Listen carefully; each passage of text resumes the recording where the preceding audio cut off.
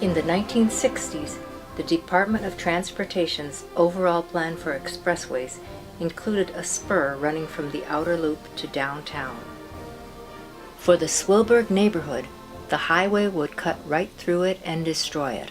The state bought up about 220 pieces of property and relocated 265 families in Rochester and Brighton in preparation for the expressway. There were 18 to 20 homes scheduled to be torn down on Sycamore Street.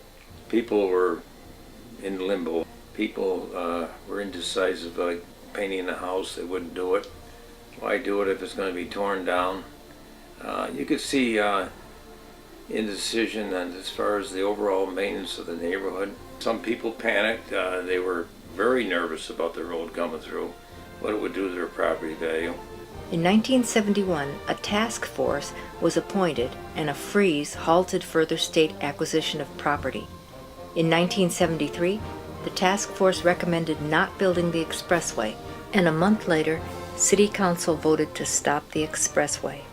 I was impressed as a newly elected councilman with the people who came out from the parishes and the churches, people who were neighborhood businessmen, people who were just common workers, hardworking, blue-collar folks, people who had education behind them, who rallied against us in such a way that it became so obvious that the decision to go with an expressway was really inappropriate. I remember doing three things that I loved. I mean, this was a very thrilling time for me.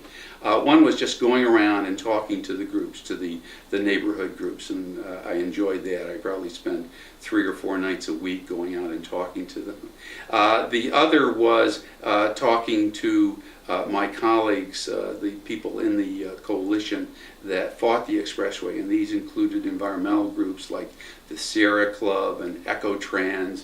It included professional planners who saw this as a very important issue for preserving city life, and also talking to the public groups. I probably spoke to City Council a dozen times, or spoke at public hearings in which they asked for neighborhood input on the expressway.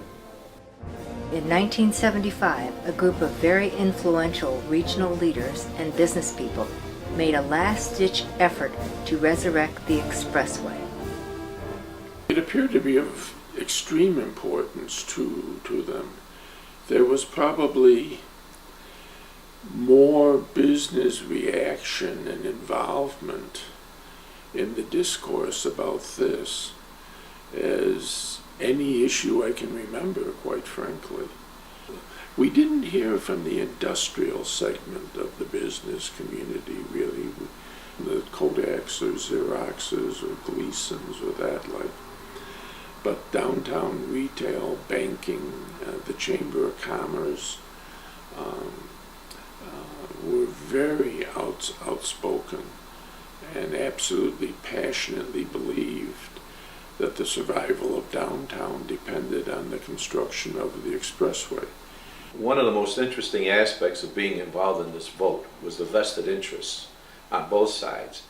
Business, transportation, contractors, people who stood to benefit by creating this also had a voice in what to say and how it should take place.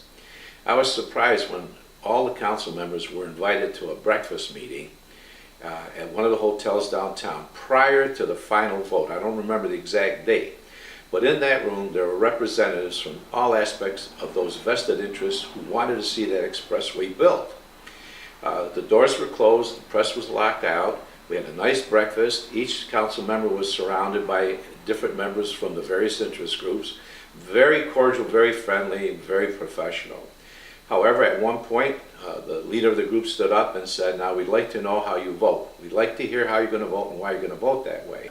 Well, I think the breakfast meeting really illustrated the conflict over the question of who rules in Rochester.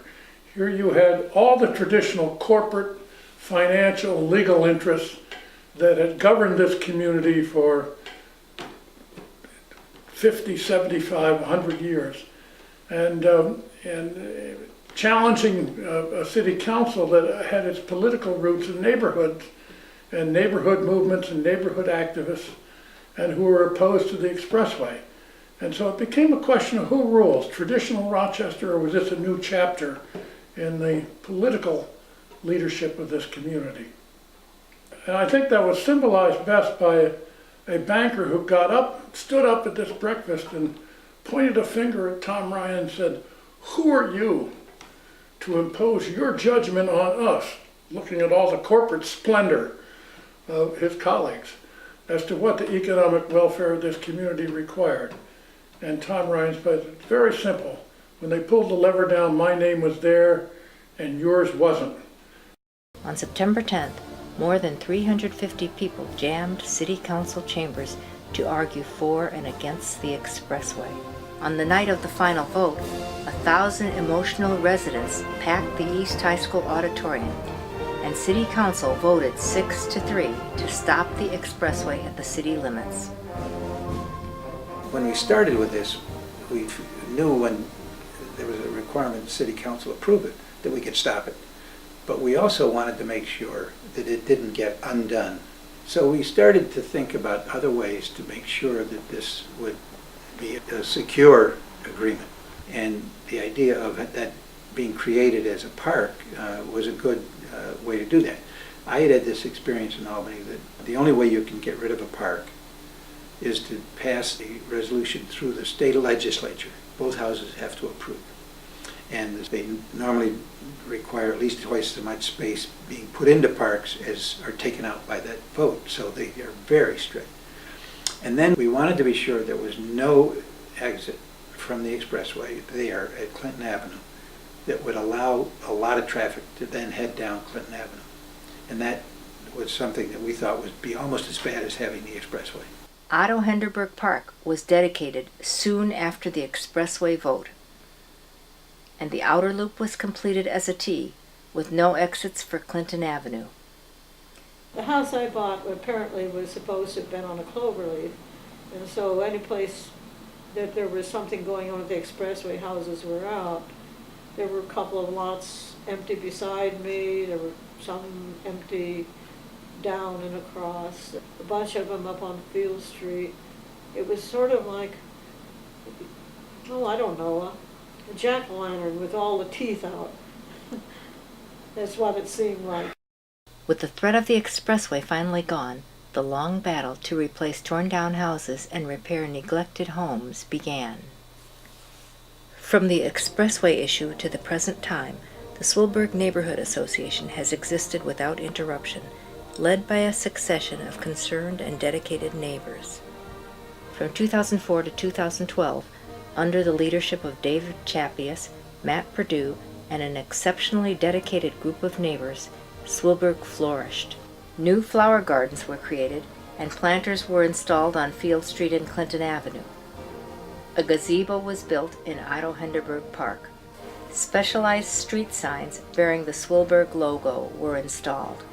In 2009, through an Arts and Cultural Council grant, local artist Maria Frisk created 5 steel painted panels depicting Swillburg history from the 18th century to today, with references to Native American deities and figures, early canal and pig farming days, the Underground Railroad, and local residents, both famous, like Cab Calloway, and unknown.